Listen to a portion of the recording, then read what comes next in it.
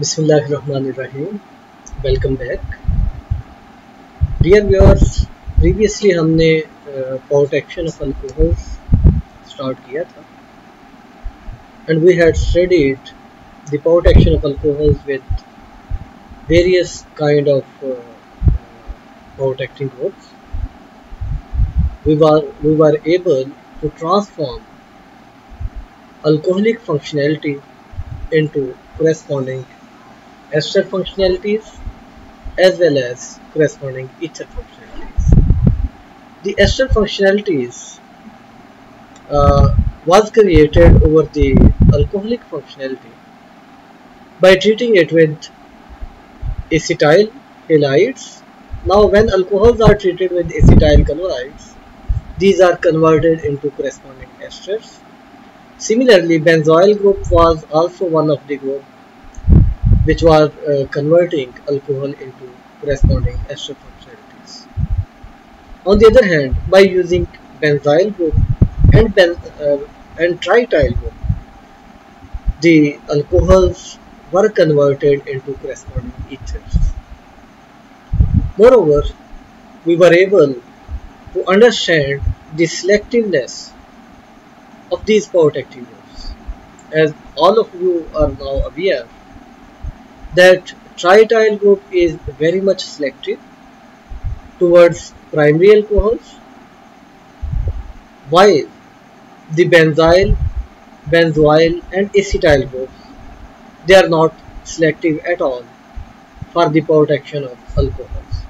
So here we are able basically to selectively protect alcohol functionality, primary alcohol functionality, by using trityl group. As well as we are aware now for the deprotection methods of these functional groups. As benzyl group could be detached by palladium catalyzed hydrogenation. On the other hand, acetyl and benzoyl could be detached by using sodium alkoxide solution. That could be in methanol or in any alcohol. Now today I am going to introduce you one of the versatile family for the protection of alcohols, and that is Silyl ether.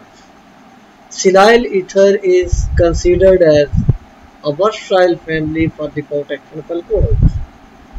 As in case of other protections, like the protection with benzyl group, we were using benzyl chloride or benzyl halides for reaction with alcohols to form corresponding benzyl ether. And similarly, trityl ethers were prepared by using trityl halide, and acetyl chloride was used for the reaction with alcohols to conduct O-acetylation reactions. In the same way, we could carry out the protection of alcohols by using Silyl halides. As here you could see some of the structures of Silyl chlorides. The first one is trimethyl Silyl chloride. In the next structure, one of the methyl group of trimethyl Silyl chloride is now replaced with tertiary butyl group, resulting in tertiary butyl dimethyl Silyl chloride. The next structure is tertiary butyl diphenyl Silyl chloride, while the last is triisopropyl Silyl chloride. So these are some of the Silyl halides which could be used for the protection of alcohols. Here I have shown one reaction for the conversion of alcohol into corresponding Silyl ether. Alcohol is being treated with trimethyl Silyl chloride in the presence of imidazole to form corresponding trimethyl Silyl ether. So this reaction actually enables us that how we could proceed the protection of alcohol by Silyl groups. In the similar way, we could perform The point action with tertiary butyl dimethyl silyl group, that could be done in a similar fashion that alcohol is being treated with tertiary butyl dimethyl silyl chloride and resulting in the formation of tertiary butyl dimethyl silyl ether. Similarly, the point action with tertiary butyl diphenyl silyl group could be carried out by treating corresponding silyl halide with alcohol in the presence of imidazole. We could investigate the role of imidazole in this reaction. You could see here, imidazole could act as a base as well as a nucleophile. If we consider it as a nucleophile, then it is assisting the removal of halide from the corresponding silyl halide, or in other words, it is assisting the formation of silyl ethers from corresponding silyl halides. While understanding these port acting groups, we must be aware with their abbreviations, as here you could see that trimethyl silyl group is abbreviated as TMS, tertiary butyl diphenyl silyl group abbreviated as TBDPS, tertiary butyl dimethyl silyl group is abbreviated as TBDMS, or in some cases people over abbreviate it as TBS. So TBDMS or TBS, both are fine. Next is triisopropyl silyl group, which could be abbreviated as TIPS, TIPS. So these are some of the famous silyl port actions which could be carried out for alcohols. Before moving to next slide, we should be well aware what is the difference between these three port acting groups. The first one is trimethyl silyl. It is very less crowded as compared to the other three port acting groups. For example, when one of the methyl group is replaced with tertiary butyl group, so corresponding silyl group here, it is relatively more sterically crowded as compared to trimethyl silyl group. Similarly, in the next TBDPS, we could see here that two of the methyl from TBDMS, they are now replaced with phenyl groups.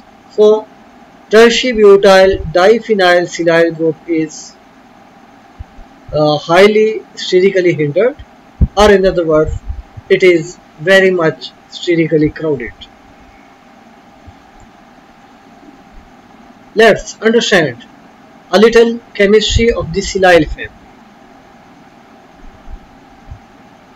This is a table which is taken from Organic Chemistry by Claydon. Here you could see various bond energies of carbon bonds as well as the bonds of silicon. The first one is carbon hydrogen bond having energy 416 kJ per mole. The next is silicon hydrogen bond, which is having bond energy of 323 kJ per mole. So just by comparison, we notice that silicon hydrogen bond is weaker bond as compared to carbon hydrogen bond. The next bond energy of the interest is carbon-carbon bond. Here C single bond X, and you could see in the first column that X could be C for the first row bond energies, and X could be silicon for the second row bond energy.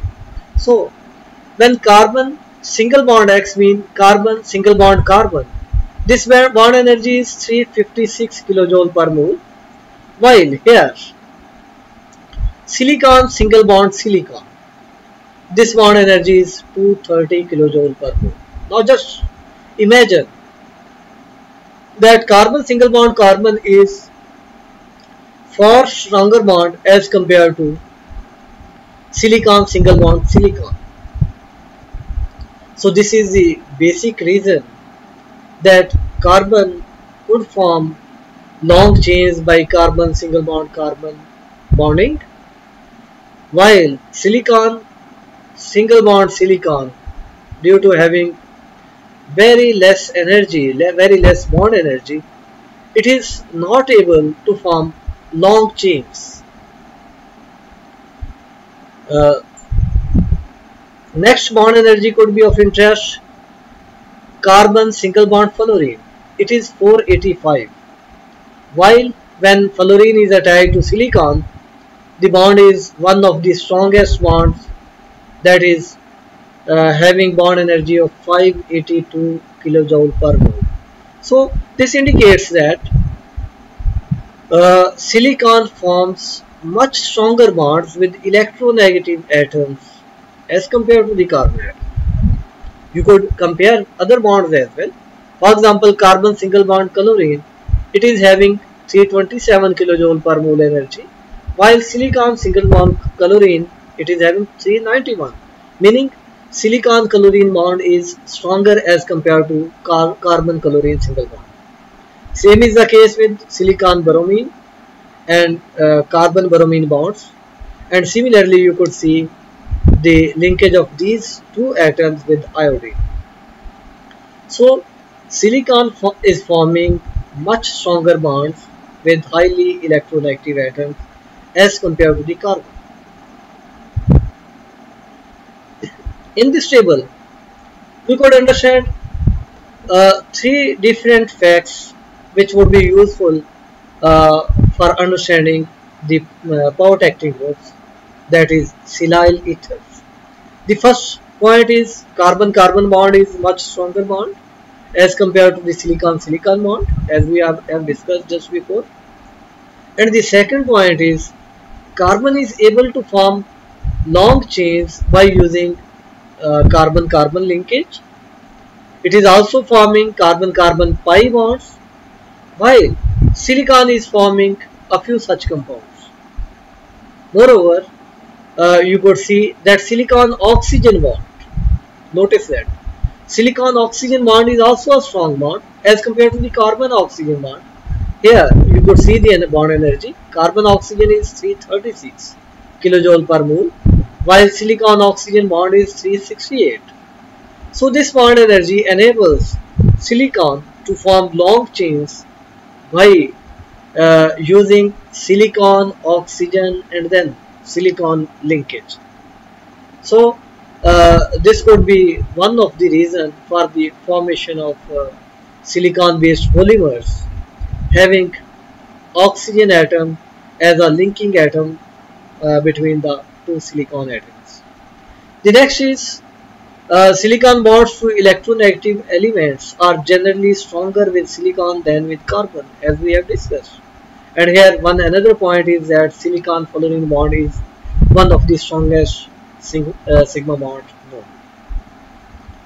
Now, how could silicon substituted compounds or Silyl halides would undergo the nucleophilic substitution reactions in comparison to the nucleophilic substitution reactions of alkyl halide? This is the example of a tertiary alkyl halide, that is tertiary butyl chloride. Now, there is very important factor. We know that tertiary alkyl halides could undergo SN reactions, nucleophilic substitution reactions, by going through SN1 mechanism. They cannot undergo SN2 mechanism. As you know that the carbon in tertiary groups, when carbon is substituted with three different alkyl groups, then it is very much sterically crowded. Now there is no space for attacking nucleophile to attack on the carbon atom directly from the rear side, meaning now SN2 mechanism is not able to proceed. As you could see here, there is no space in the tertiary alkyl halide where an attacking nucleophile can attack directly from the rear side. So this is the necessary condition for the SN2 mechanism, that attacking nucleophile must have to approach the central carbon atom from the rear side. On the other hand, it could easily proceed SN1 mechanism. The leaving group leaves in the presence of base, presence of solvent. So solvent is playing here a major role for enabling this alkyl halide to reject the leaving group. Or in other words, solvent enables the removal of leaving group prior to the attack of the attacking nucleophile. So this is the very important point here, that leaving group must have to leave before the attacking nucleophile attacks. So when SN1 mechanism is proceeded, you could see here that chloride ion has left, leaving behind corresponding carbocation. Now this carbocation is quite stable. Tertiary carbocations are, you know that they are more stable than secondary, and secondary carbocations are more stable than primary carbocations. Now the attacking nucleophile could attack from any phase, because the carbocation in this case, due to sp2 hybridization of the central carbon atom, now they are planar in structure. Now attacking nucleophile could approach the central carbon atom from either phase, from front side or from rear side, or in other words we could say that from one phase or from the other phase, resulting in the formation of corresponding nucleophilic substitution. Now here it is very much interesting that Silyl halides does not undergo SN1 mechanism. So nucleophilic substitution of Silyl halides cannot be carried out by SN1 mechanism. The question is why? Here we should consider the periodic table. Carbon atom belonging to second period of the periodic table, while silicon atom belongs to the third period. So with the every addition in the period, or in other words, in going down from top to bottom in a group, incorporation of one shell increases. So silicon atom is bigger in size as compared to the carbon. If we are considering that in tertiary butyl chloride, carbon is too much sterically hindered. You are right. Carbon is too much sterically hindered here. So attacking nucleophile could not approach from the rear side. But if you are considering same for trimethyl silyl chloride, then you are wrong, because silicon is relatively a bigger sized atom. So substitution by 3-methyl groups is creating hindrance in carbon, in alkyl halide, while it is not too much sterically hindered when the central atom is silicon, which is relatively bigger in size. The other factor we could consider here, that carbon cannot form more than 4 bonds, because in second shell there is 2s and 2p orbitals, but there is no 2d. 2d is not present at all. So in the valence shell of carbon, attacking nucleophile could attack, but carbon cannot form more than 4 bonds. So the bond with the leaving group must be broken down in order to form a new bond with the attacking nucleophile. While in silicon, remind us that silicon belonging to the valence shell is belonging to third shell, 3s, 3p and 3d.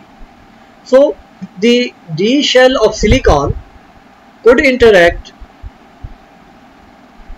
overlap with the attacking nucleophile, or in other words, attacking nucleophile could approach from the towards d orbital, resulting in the formation of corresponding penta-coordinated species or penta-coordinated ion.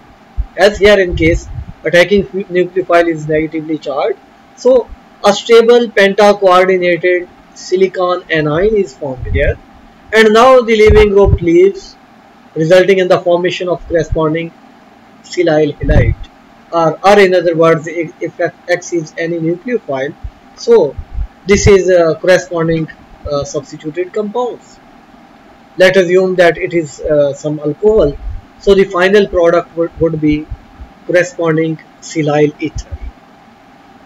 So in this mechanism, we must have to consider the ability of silicon to form 5 bonds or penta-coordinated compound as intermediate compound. So once this penta-coordinated intermediate is formed, the departure of leaving groups takes place, resulting in the formation of corresponding final product or final compound. In most of the discussions, people describe direct departure of the leaving group without describing the formation of penta-coordinate anion or penta-coordinate intermediate, but the detailed mechanism is this one, that the formation of penta-coordinate intermediate takes place before the removal of the leaving group. In this mechanism, we could see here that this mechanism is not a simple SN2 process, and it is not a direct analog in carbon chemistry. Attack of the negative ion on d orbital leads to negatively charged penta-coordinate intermediate that breaks down with the loss of corresponding halide ion. This is the reference of all this discussion. It is Organic Chemistry by Claydon. You could follow that book as well for further understanding. Now, in case of trimethyl Silyl substitutions, trimethyl Silyl group, as we have discussed, it is the least sterically crowded port-acting group among the Silyl port-actions as discussed in this lecture or in this video. So when it is least sterically crowded, it is removed easily, even by water, when traces of base or acid is present. So you know that if a leaving group, if a port-acting group, it is in too much hurry to leave, then that could not be considered as a good port-acting group. A good port-acting group would be that which leaves when we require that port-acting group to leave, and it stays until we want it to stay here. So TMS, if it is ready to departure by using very dilute bases or dilute acids, so we have to consider special handlings if we are using this TMS as a port-acting group. Now, if we are using TBDMS group, you could see here that by replacement of one of the methyl with tertiary butyl group, now you could see that relatively it is more sterically crowded, and this steric crowding enables it to survive a number of reaction conditions. It could be handled in a normal way. It does not require special handlings to keep it in contact or in place. Moreover, it survives aqueous workup or column chromatography on silica gel. So due to its stability as well as its purification, it is very popular choice of organic chemists. Moreover, its removal relies on the strong affinity of fluoride for silicon and is usually very efficient and selective. Now, in the next case, if we are going to replace the other two methyl groups as well as with two phenyl groups, resulting in TBDPS, tertiary-butyl diphenyl Silyl. Now you could see that this group is very much sterically crowding, and this steric crowding enables this group to undergo selective protections. This group could perform selective protection of alcohols. Why? Because it is too much sterically crowded. That is why it could prefer less hindered or unhindered primary alcohols over the secondary alcohols. So it is quite selective for protection of primary alcohols. As you could see here in this example, we have chosen a diol in which one of the hydroxyl linkage is primary while the other is secondary. Now, under the same reaction conditions in the presence of imidazole, DPS group is selectively protecting primary alcohol, leaving behind the secondary hydroxyl group in unprotected form. So this is a very much interesting point for synthetic organic chemists. They could perform their desired modifications by using TB-DPS group. The next is, how could we proceed deprotection of these Silyl ethers? As in our first slide, where we have shown the table indicating the bond energies of silicon with various atoms, you could have seen that silicon oxygen bond is a stronger bond, but silicon fluorine bond is one of the strongest bonds known. So here all these Silyl ethers could undergo deprotection by using fluoride ions. Fluoride ions, they have strong affinity for silicon.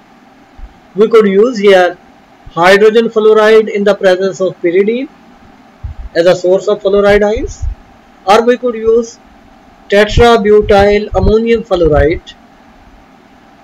Both these conditions are quite suitable for the deprotection of these Silyl ethers. All of these Silyl ethers. So fluoride ion is attacking on the central silicon atom, resulting in the removal of corresponding alkoxide, which reacts with you may say water, and picks up a proton to regenerate corresponding alcohol. So at the end, you have seen that these Silyl ethers could easily undergo deprotection in the presence of tetrabutyl ammonium fluoride, resulting in the formation of our original hydroxyl group. So in all of this we have studied in this lecture is that how could these Silyl family, it could be useful for various organic transformations. Thank you very much. Stay us in contact so that we could proceed various further studies on the given subject. Thank you very much, and Allah Hafiz.